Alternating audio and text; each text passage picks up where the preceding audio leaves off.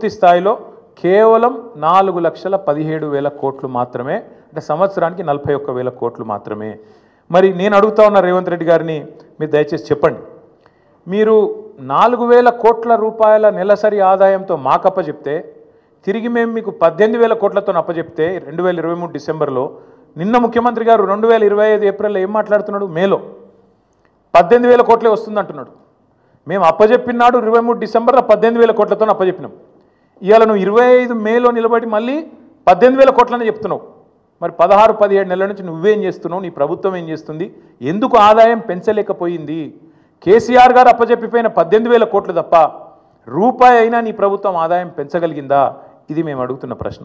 ఇంకొక మాట కూడా మీకు చెప్పాలి. ఎన్ని అబద్ధాలు చెప్తాడు ఈ ముఖ్యమంత్రి అంటే, ఒకరోజు అంటాడు 7,000 కోట్ల అప్పు మితి కడుతున్నా అంటాడు, ఇంకో రోజు 6,500 కోట్లు కడుతున్నా అంటాడు.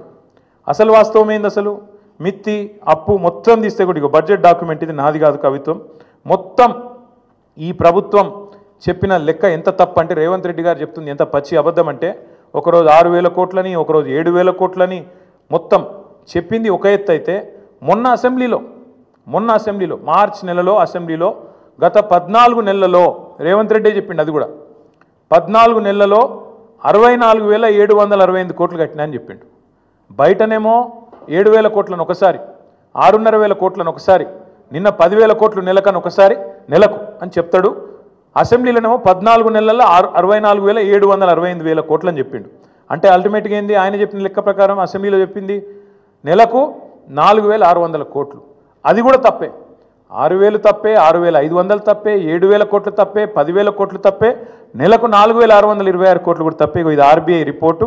దీని ప్రకారం నెలకు తెలంగాణ ప్రభుత్వం కడుతున్నది అసలు మిత్తి కలిపి కేవలం 2,000 కోట్లు మాత్రమే. ఇది కాగు లెక్క, ఆర్బీఐ లెక్క, ఇదేదో కాకి లెక్క కాదు. ఇంకొక మాట కూడా చెప్తా ఉన్న రేవంత్ రెడ్డి గారికి, వచ్చే 10 ఏళ్లలో ఎంత కట్టాలి అనేది కూడా మా దగ్గర లెక్క ఉంది. వచ్చే 10 ఏళ్లలో కూడా 2032-33 దాకా, ఇది కూడా ఆర్బీఐ లెక్క. ఇప్పుడున్న లోన్లు కింద తీసుకుంటే మొత్తం కలిపి వచ్చే 10 ఏళ్ళలో కట్టేది ప్రిన్సిపల్ ఏమో 1,02,000 కోట్లు, మిత్తి 1,64,000 కోట్లు, రెండు కలిపితే కూడా 2,67,000 కోట్లు టిల్ ద ఇయర్ 2032-33. అంటే సంవత్సరానికి ఎంత అవుతుంది? వచ్చే 10 ఏళ్ళు సంవత్సరానికి 26,000-27,000 కోట్లు, ఇంతే తప్ప ఏం లేదు. దీనికి ఏదో జరిగిపోయింది, ఏమో అయిపోయింది అని ఒకది కరుస్తారు. వాళ్ళు ఎంపీలు క్వశ్చన్ అడిగినారు పార్లమెంట్లో, తెలంగాణ అప్పుల్లో మునిగిపోయిందట కదా, వాస్తవమేనా అని. పార్లమెంట్లో కేంద్ర ప్రభుత్వం ఇచ్చిన సమాధానం ఇది. మొత్తం 28 రాష్ట్రాలు ఉంటే తెలంగాణ 24వ ర్యాంకులో ఉంది. అప్పులు జిఎస్డిపి నిష్పత్తి తీసుకుంటే చాలా ఆరోగ్యకరమైన పరిస్థితి ఉంది తెలంగాణది. 24th ర్యాంక్ తెలంగాణదని చెప్పి కేంద్ర ప్రభుత్వం స్వయంగా పార్లమెంట్లో ఇచ్చిన లిఖితపూర్వకమైన సమాధానం. మరి ఎవరు అబద్ధం చెప్తున్నారు, ఎవరు నిజం చెప్తున్నారు? దయచేసి ప్రజలు కూడా ఆలోచించాలని మేము కోరుతా ఉన్నాం. గడిచిన 10 ఏళ్లలో తలసరి ఆదాయంలో భారతదేశంలో నెంబర్ 1 చేసిండ్రు కేసీఆర్ గారు తెలంగాణ. మాకు అప్పజెప్పిపోయినాడు కిరణ్ కుమార్ రెడ్డి గారు, తెలంగాణ అనే రాష్ట్రం 12వ స్థానంలో ఉండే తలసరి ఆదాయంలో. కానీ మేము దిగిపోయినాడు నెంబర్ 1 స్థానానికి తీసుకుపోయింది కేసీఆర్ ప్రభుత్వం కాదా? అట్లాగే ఆర్థికంగా రాష్ట్రాన్ని పరుగులు పెట్టించి దేశంలోనే అగ్రగామిగా తయారు చేసి బంగారు పల్లెంలో పెట్టి నీకు అధికారం అప్పచెప్తే 17 నెలల కాలంలోనే అస్తవ్యస్తం చేసింది నువ్వు కాదా? అస్తవ్యస్తం చేసినావని ఉత్తగానే అంటలేను నేను. ఒక్క చిన్న ఎగ్జాంపుల్ మీకు చెప్తా.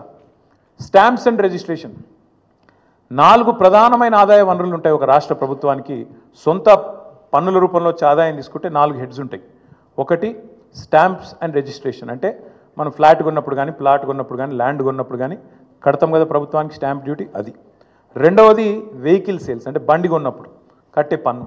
మూడవది నువ్వు రోజు కొనుక్కునే కూరగాయలు కానీ, నువ్వు రోజు కొనుక్కునే పప్పు ఉప్పు కానీ దాని మీద కట్టే పన్ను జిఎస్టీ రూపంలో వస్తుంది ప్రభుత్వానికి. నాలుగవది లిక్కర్